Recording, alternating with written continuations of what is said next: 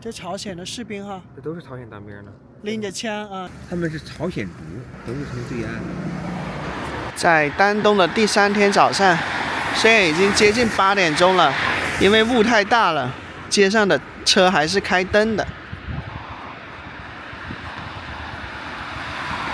我们来看一下鸭绿江啊，我的天啊，弥天大雾的，对面的朝鲜完全看不到了，但是江上的小鸭子还能看到。一晚上，这汽车结霜了。这个特别时期需要用到的桥梁嘛，一个截断。红绿灯啊，感觉丹东红绿灯并没那么多。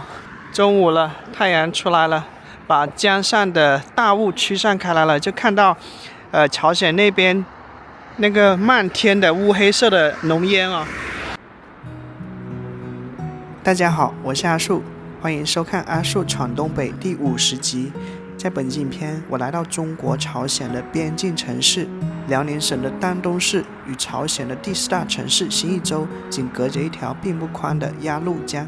在本影片有不少令我耳目一新的见闻，与朝鲜女孩交谈，近距离观察朝鲜扛枪巡逻的边境士兵，坐上鸭绿江游船探秘朝鲜，聆听中朝边境的故事。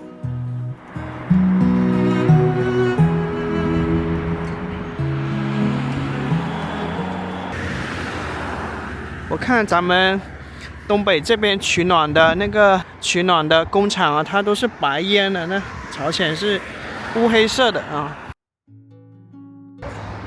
在这个小区看到一家中朝餐厅啊，还没吃午饭，吃个午饭吧。哦，好海鲜啊！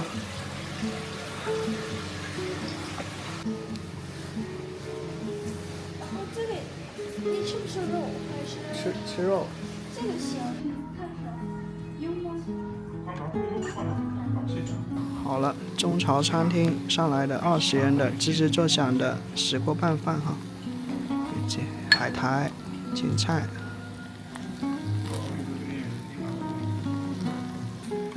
还有这个肉末，这个是酸菜吧。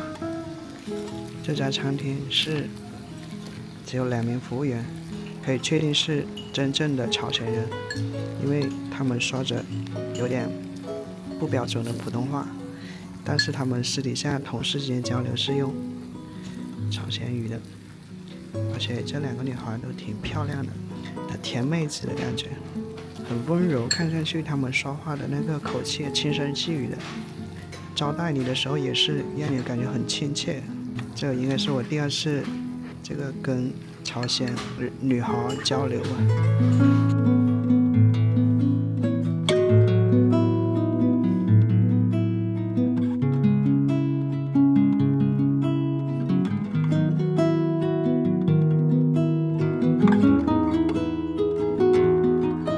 这个石锅拌饭，酸、辣、咸，口感很丰富，所以吃起来还挺好吃的。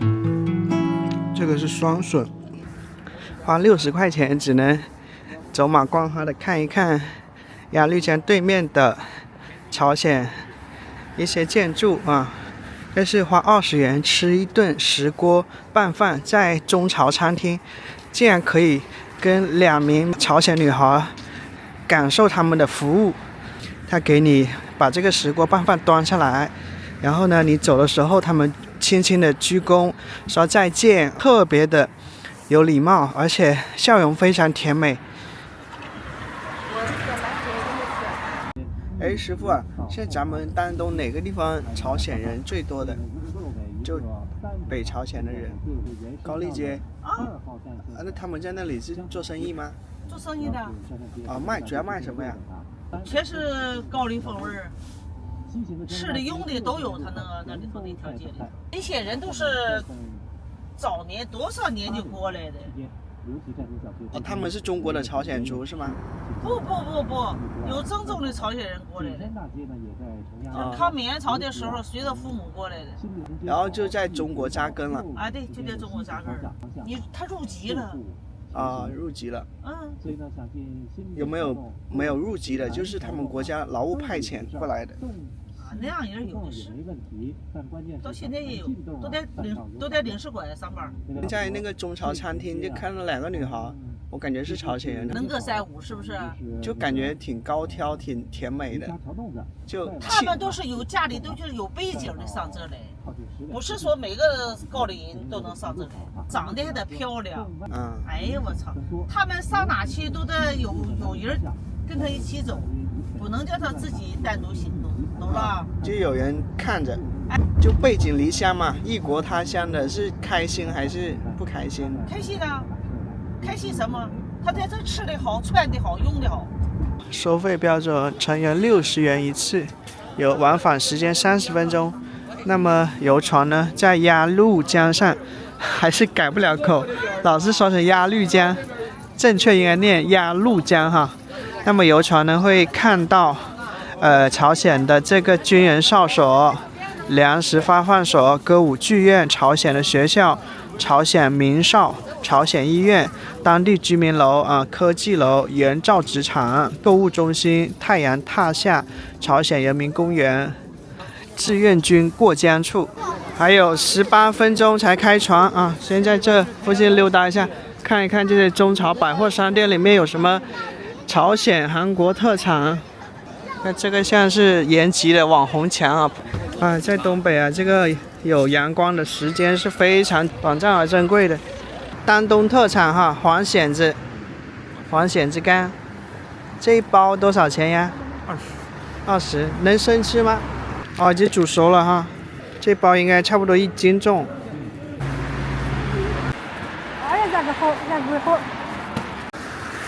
中朝百货商店。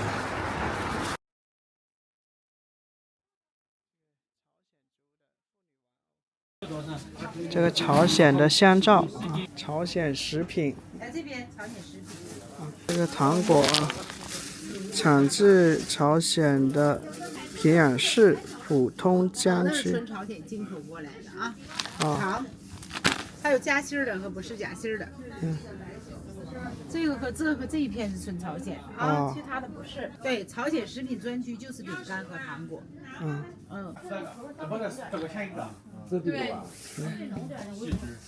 朝鲜的香皂是产自新义州化妆品厂，也就是丹东对面就是新义州吧，38元。这个也是朝鲜香皂10元。像这些就是产自广东的，它的产地写。小董。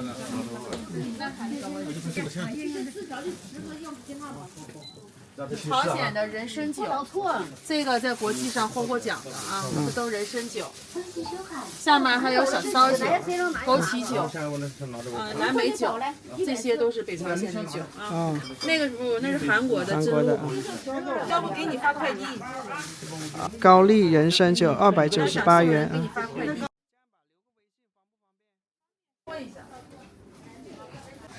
这个朝鲜原装进口大同江啤酒。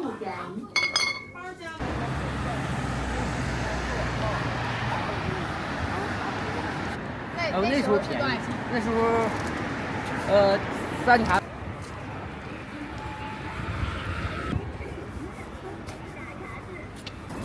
双耳。看国企运营品质保证。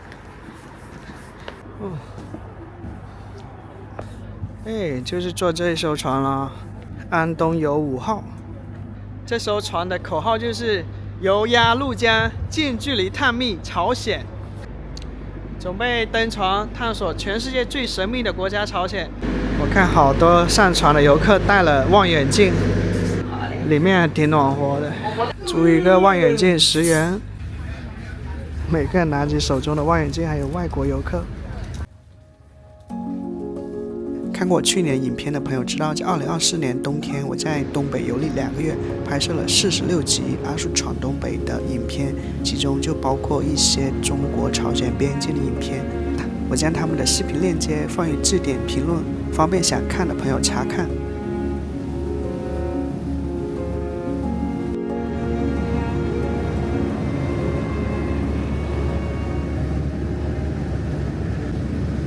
看到昨天那个红色的圆形建筑啊，在朝鲜新义州那边。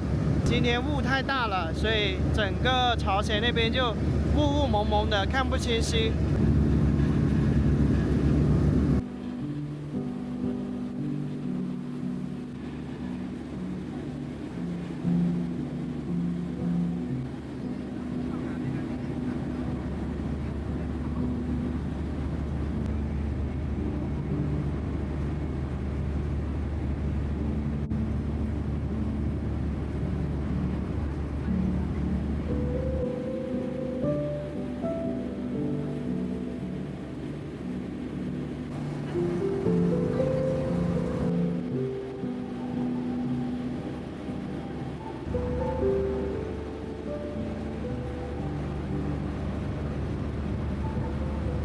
就是与我们一江之隔的对岸，就是朝鲜的第4大城市、第2大工业城市新义州，朝语叫启黎族。它在朝鲜的地位是相当于咱们国家的广东和深圳，是朝鲜一个重要的经济开发区。朝鲜呀，所有重要工业企业啊，全部集中在这一片儿。一方面原因是因为这块是边境口岸，方便于跟我们的贸易往来。那另一个重要原因就是它是朝鲜的门面担当。哎，我们都知道它有粉儿啊，都往脸上擦嘛。都说朝鲜穷，啥也没有，人家朝鲜人也要志气。哎，谁说我们穷啊？说我们什么没有？哎，我们啥都有。所以说，他把他最能拿得出手的东西全部摆在这16江边了。今天往上走，我会一一给大家介绍，这个是朝鲜的什么工厂，这个是朝鲜的什么企业啊。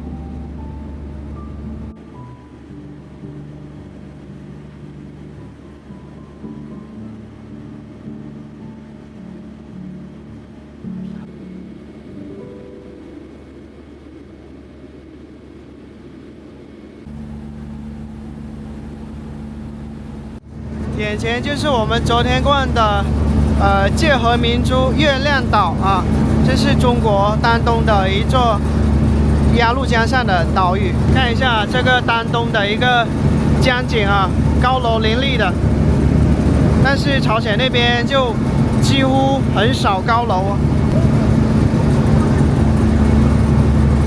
到这里的话就船掉头了。你看这里的话，这个港口停满了生锈的铁船。现在才下午3点不到啊，但是已经有这个夕阳的晚景了，特别美。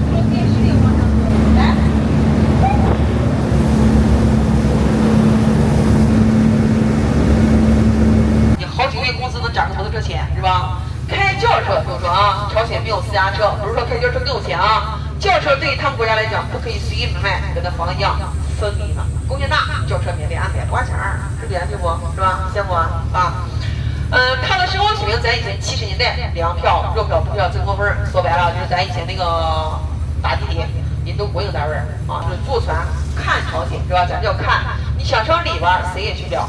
就是我们19年有疫情了以后啊，对面的旅游业和贸易船全闭关了，到现在为止一直没开啊。但你也别着急，快了，听说这个年底差不多啊。你们下次来啊，这地儿说白了还是真少。就感觉一片萧条啊，不断的在大兴土木的感觉啊。也许不久过个5年或者10年，他们的江边也像咱们丹东一样，高楼林立的，一排一排的楼房、写字楼拔地而起。哎，对，可以了。好，谢谢啊，不客气，不客气。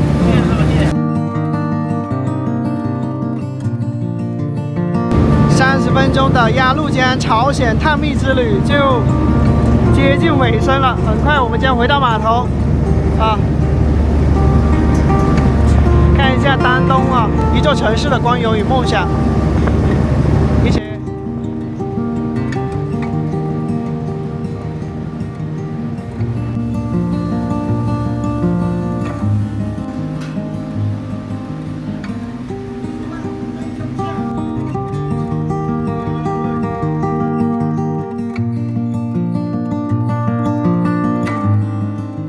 那个地方有5、6个桥墩已经没有桥梁了。往返30分钟的鸭绿江朝鲜探秘之旅啊！游玩鸭绿江，我看时间还早，打了辆出租车，想去抗美援朝纪念馆看一看。人们都说这是来丹东旅游必去的地方，但出租车司机告诉我那里快关门了，让我付他40元。他带我去几个丹东值得一去的地方，包括鸭绿江浮桥、虎山长城，还有一步跨，也就是中国离朝鲜最近的地方，把一只脚跨出去就踏进了朝鲜的国土。我同意了。到了这个地方，这个叫鸭绿江浮桥啊，大家能看到吗？就是那个一个小黑点一个小黑点的。鸭绿江浮桥遗址位于鸭绿江的江面上，是抗美援朝战争期间中国人民志愿军跨江入朝的重要历史见证。当年呢，为了迅速将军队和物资送往朝鲜战场，志愿军在江面利用木桩、原木等构筑了浮桥，形成临时的渡江通道。那么全长600余米，宽10米，是由数十座木桩桥墩组成。战争结束后，桥面被撤除了，但是桥墩还散布在江水之中。那边的人生病没有那么多，听说是因为吃的都是有机蔬菜、有机玉米。然后有钱是抽了烤烟。对。对，咱现在走的那3台腰。就是东北最美国道是吧？一路中朝边界线哈，虎山长城啊。大家能看到那个长城的碉堡吗？那就是明长城的东边的最东边啊。刚才在车上，这名师傅跟我聊了好多。他说，对面那一片是朝鲜的玉米地，他们朝鲜人1亩的玉米地产量只有300-400斤的玉米，那么我们中国玉米地1亩的地能产1000多斤的玉米。他是说，因为朝鲜啊，他们不用任何的化肥，只用农家肥啊，所以产量低，但是健康。待会儿我们会去到一个叫一步跨的地方，那就是中国离朝鲜最近的地方。这个是虎山长城，万里长城东端起点。现在进入淡季了，所以没什么人。虎山长城位于辽宁丹东宽甸满族自治县虎山镇鸭绿江畔，是明代万里长城的最东端，始建于公元1469年。长城依武山南路蜿蜒而上，因山形似卧虎而得名，曾是明代重要的边防军事防线。如今呢修复开放约1250米，城楼、烽火台、敌楼保存完好。登上长城可俯瞰鸭绿江，并远望对岸朝鲜村庄风貌。看没什么人啊，售票处。现在下午的4点钟左右了。这里是一个朝鲜族乡村啊，这边的加油站也是有中文跟朝鲜语的啊。这也还是虎山长城。来到了一步跨，这里是中国离朝鲜最近的地方，只要我把这个手伸出铁丝网，就到了朝鲜了，出国了。所以这个景点叫咫尺风光一步跨。一步跨是边境地区对两国国土之间相隔只有一步跨的俗称啊。中朝边境划分不以鸭绿江为界，而是以河岸为界，在鸭绿江中只要不上岸就不算越界。你看正八经的，看没看到那当兵的那个巡逻？远处的山后面。哦，这样的了。看没看到？牵那狗，看到了吗？这朝鲜的士兵哈。这都是朝鲜当兵的。拎着枪啊，然后牵着狗。警犬。哦，那边还有。再往那边看都是。这个像河堤上哈。对了，他们河堤上站岗巡逻的警犬。那不是狗，警犬。我还是不太理解为什么这个伸出铁丝网就到了朝鲜了呢？这嘎是一个岛，叫鱼翅岛，以前是咱中国的，后期是刘少奇是划给他的，对他有历史，咋这划的我咱也不知道。7个人是不是？枪你看到了吗？看到了。不可能去朝鲜。那他怎么会有鲜族的东西？他们是朝鲜族，都是从对岸换过来。我跟你说了吗？边境建上。最后，这名司机把我拉到了一个仿佛前不着村后不着店的村民家里。村民家像一个隐秘的小卖部，里面卖各种的朝鲜特产。店家向我推荐朝鲜的化妆品，说是高丽参做的化妆品。我这才反应过来，刚才在路上，司机把朝鲜女人说的都特别美，皮肤特别好，因为他们用的化妆品都是纯天然的高丽参做的，还说他去过朝鲜的化妆品厂。我问为什么中国的朝鲜族有朝鲜的特产，他说在夏天时，中国的朝鲜族有前面铁丝网上门的钥匙，在夜里中国的朝鲜族呢，就和边境线上的北朝鲜人，他们双方都能听得懂对方的话，那么就划着小船到江面上交易，以物换物。那么朝鲜却吃了中国朝鲜族就给他们吃的，换朝鲜的特产，比如化妆品、肥皂、香烟、高丽参等等。我看了看店里写着护肤精华的一些朝鲜化妆品几百元一套。我意识到这名司机带我来到刚才的小店大概是为了让我在这里消费购物。买了一个朝鲜香皂人参香皂。这里有2座雕塑，这边都有鸽子，年年有余在丹东的最后一天，我来到鸭绿江风景名胜区，这是辽宁省丹东市鸭绿江中下游沿线的一处国家级风景名胜区。风景区东起浑江口，西至大东港口，全长约210公里，总面积数百平方公里。由江口大桥及鸭绿江断桥、虎山长城、太平湾、水陆绿江等6大景区组成。这里江水宽阔，两岸群山叠翠。一江之隔的朝鲜民主主义人民共和国新义州、义州清水必同隔江相望。我们看一下丹东的一些著名景点：丹东凤凰山、情人岛、太阳岛、虎山长城、太平湾景区、河口景区、水丰江海分界线、月亮岛、抗美援朝纪念馆、锦江山公园。哇！中国海关大楼、中国边检，卖一些朝鲜的特产嘛，卖朝鲜钱币朝鲜香烟、朝鲜纪念品、鸭绿江断桥。望远镜5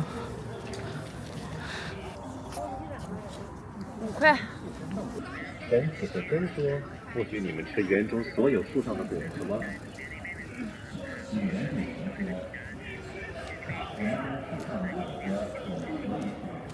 嗯。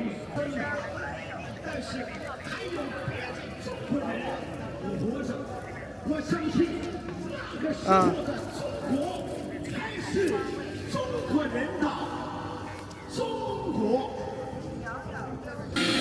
值得每一个中国人深思。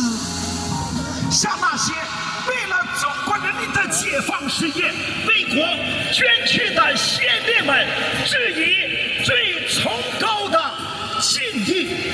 人民英雄永垂！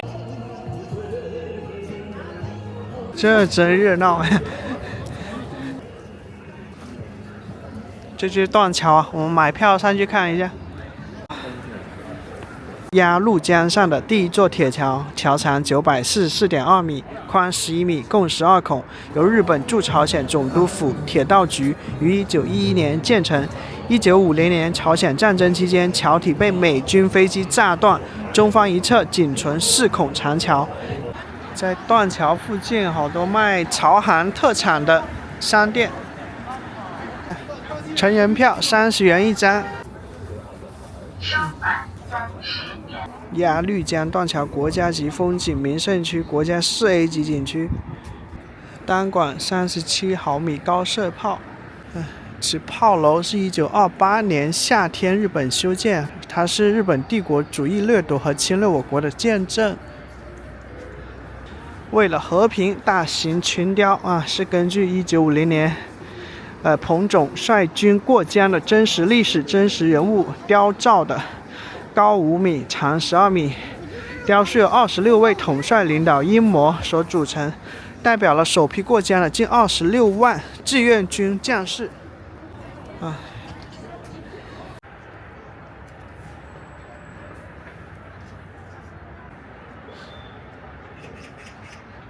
我现在走的鸭绿江断桥呢，是日本殖民者在鸭绿江上建的第一座跨江大桥。当时呢，它是这个铁路运行桥，后来呢，就在它隔壁大概不足100米的地方又建了第2座桥，就把那一座桥改为铁路桥，进而呢，把第一座桥呢改成了公路桥。在1950年的时候呢，这个公路桥呢就被炸毁了，那么那一座铁路桥呢就完整的保留下来了。为了方便大型船舶的通过，将大桥从中方属第4孔4号圆形桥墩为轴，设计为开闭式旋转钢梁开闭梁转动一次仅需20分钟。当大型船舶经过时，拉响汽笛以示通过。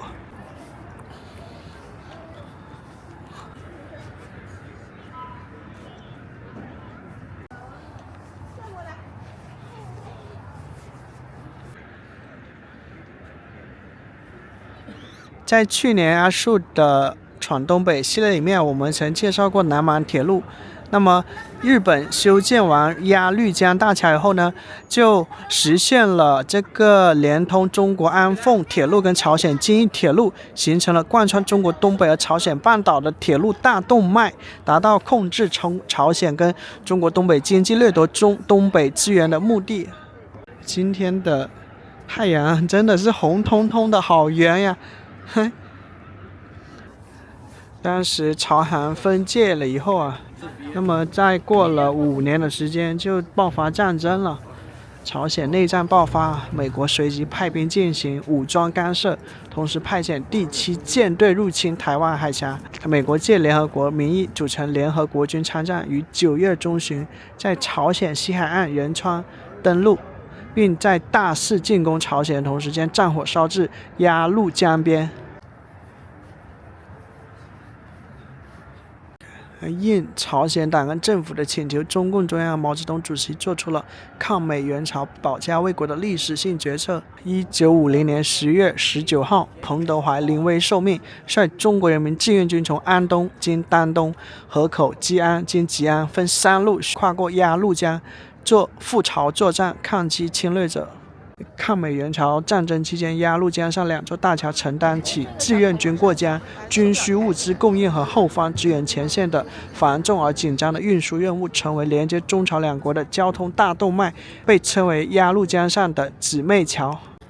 那么大概过了1个多月的时间啊，就在1950年11月，那么清朝美军派出100余架轰炸机对鸭绿江大桥进行狂轰乱炸，前面大桥被拦腰架圆形的建筑落入江中。到了1950年11月14日，美军再次轰炸，朝方一侧的3座桥墩被炸塌，该桥彻底瘫痪，成为废桥。这就走到尽头了，断桥的尽头了，在播放着这个战争的电影啊。咱们看一下这个叫独特的开闭梁啊，在世界诸多桥梁中大多为提拉式开闭梁结构，而该桥是平行旋转式结构，极为罕见，也是这座大桥的独特设计之处。开闭梁是适应大型船舶江面航行而修建的。开闭梁以9号圆形桥墩为轴，设9个联动齿轮驱动单联桥梁，驱动单联钢梁平行旋转90度，使大桥打开。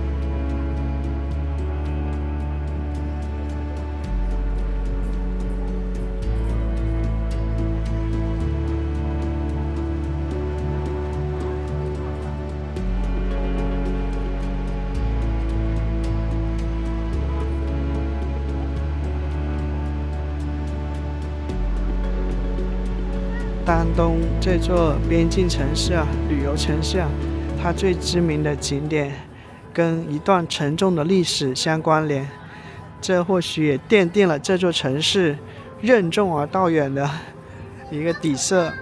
断桥成了今天红色教育的一个基地。4点多左右啊，桥上的灯光亮了，红色、绿色、黄色不断变换。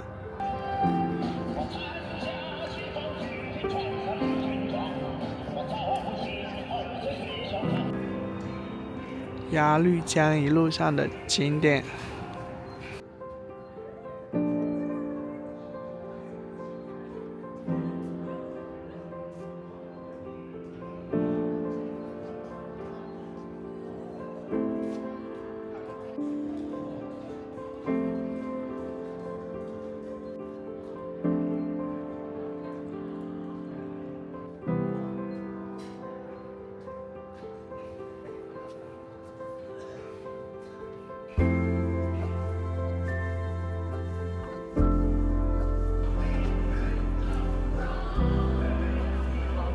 平壤啤酒15块钱，生产地是朝鲜民主主义人民共和国平壤市，各种海鲜干货。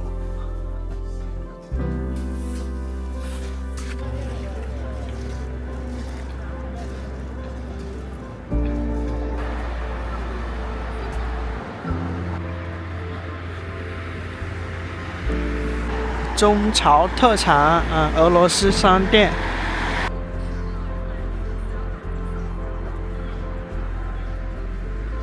现这个旅行团已经下线了，但是不知道为什么在很多的广告牌还在播报着朝鲜族是吃狗肉的所以在东北朝鲜族聚居的地方都会看到有狗肉店，对面就卖冷面卖狗肉。单行道，这是临江的主干道。中国海事丹海。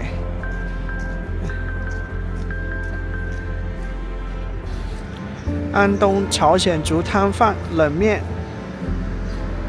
咱们看朝鲜族的美食，特色牛肉摊贩吃过，辣炒年糕吃过朝鲜米肠吃过。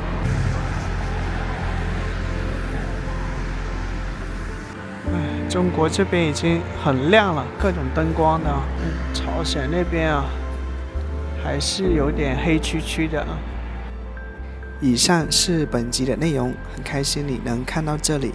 如果你喜欢这集影片，请帮忙点赞、订阅我的频道，这会支持我更新更多的作品。下集影片我们将沿着东北最美的边境线G331国道一路北上，到达另外一个中朝边境城市。这座城市拥有东北唯一的世界文化遗产。感谢收看，我们下集见。